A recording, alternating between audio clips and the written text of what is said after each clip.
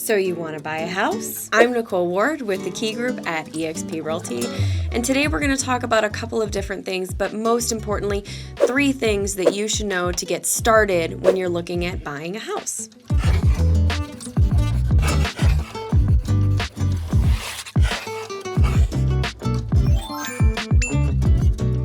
I think we all know, and we've heard throughout the block, whether you've called some online resource to find a house or you've met with an agent in the past, the first thing they always ask is, are you pre-approved or do you have a pre-approval? This can be pretty annoying, I know, to most people, especially when you just want to go and see the house and see if it's even interesting to you before you jump down the road of getting pre-approved. But let me tell you why that pre-approval is so important and why agents ask for it, especially in the very, very, very beginning. Most importantly, you can't write an offer without a pre-approval. You need to have proof of funds or a pre-approval form in order to write an offer on a house. And the market that we're in this year, it's 2023, is these houses are going up and coming down quicker than you have time to actually get the pre-approval. They're just selling that fast. So it's incredibly important to get that pre-approval done. More importantly too, is the pre-approval gives you a great guide at what you can use to move forward throughout your buying process. It's literally the foundation that everything you're going to do moving forward is built on. It's also important to realize that when you get pre-approved, you're actually getting solid, legitimate answers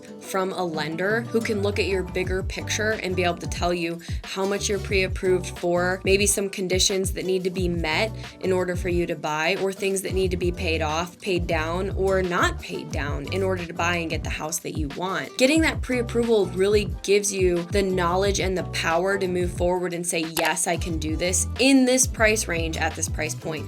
The last thing that you want to do is go looking at houses because you went online and, to some big name company that starts with a Z, and you say, well, this website tells me that I can afford this. This will be my monthly payment for a house that's in this price range. But ultimately, those websites tend to be wrong. And so when you get a legitimate pre-approval, you can get real answers and you are more empowered to go forward and buy a house. So what's the difference between a pre-qualification and a pre-approval? Huge difference. And a lot of times banks and mortgage lenders use those two words interchangeably with each other. They think it means the same thing. But in the real estate world, there's actually a really big difference between a pre-qualification and a pre-approval. A pre-qualification is where a mortgage lender or a bank will pull your credit and they'll say, you look like you're in a good range to buy a house. We're going to go ahead and issue you this pre-qualification, but we're going to need to verify your income, verify your assets, take a look at your bank statements,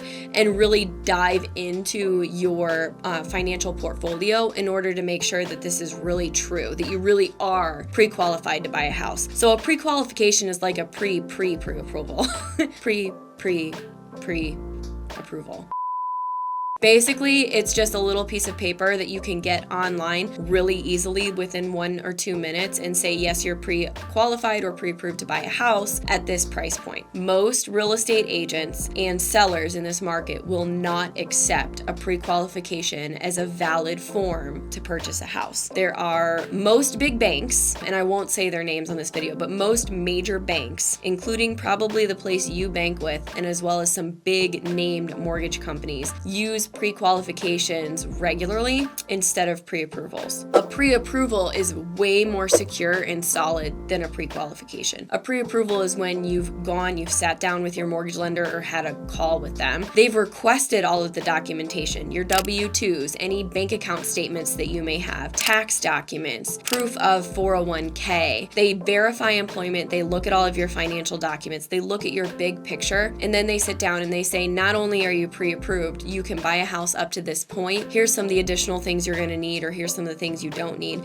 And we can guarantee almost without a doubt that you will close on this loan. So always go forward and get a full pre-approval instead of a pre-qualification. You should be working with an agent already before you get a pre-approval because they're going to know the best lenders and have the best relationships in your area to help you go to the right person to get that done. So what does house poor mean? Being house poor means buying a house at the very top of your price range and you're dumping all of your monthly income every month into your house via that mortgage payment. The easiest way to avoid being house poor is, let's say that your lender, Joe Smith, tells you that you're pre-approved to buy a house up to $300,000. Now, that sounds great, and you love looking at these $300,000 homes, but in reality, you know that your monthly payment can only be $1,200 a month. Well, unfortunately, a $1,200 a month payment most of the time is not going to be enough to buy a $300,000 house. So this is a great time for you to have a conversation with your lender and say, hey, I know I was pre-approved for $300,000, but I really only want my monthly payment to be $1,200. What price range should I stay in to keep my monthly payment comfortable for me? And they'll come back and they'll say, $150, $175, $200, whatever it's going to be.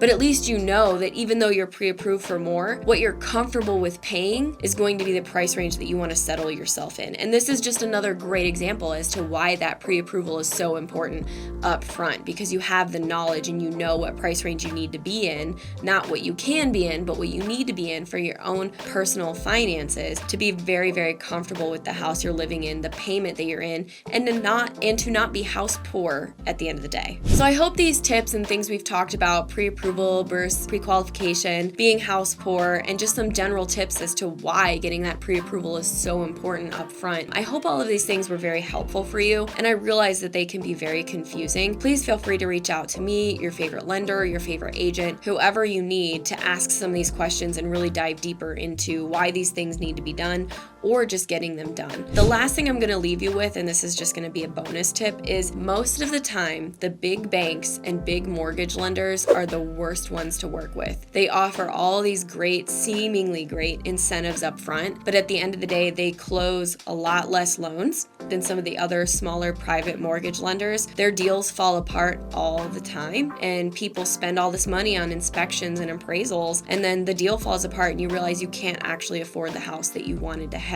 And so that's why I say always start with your agent.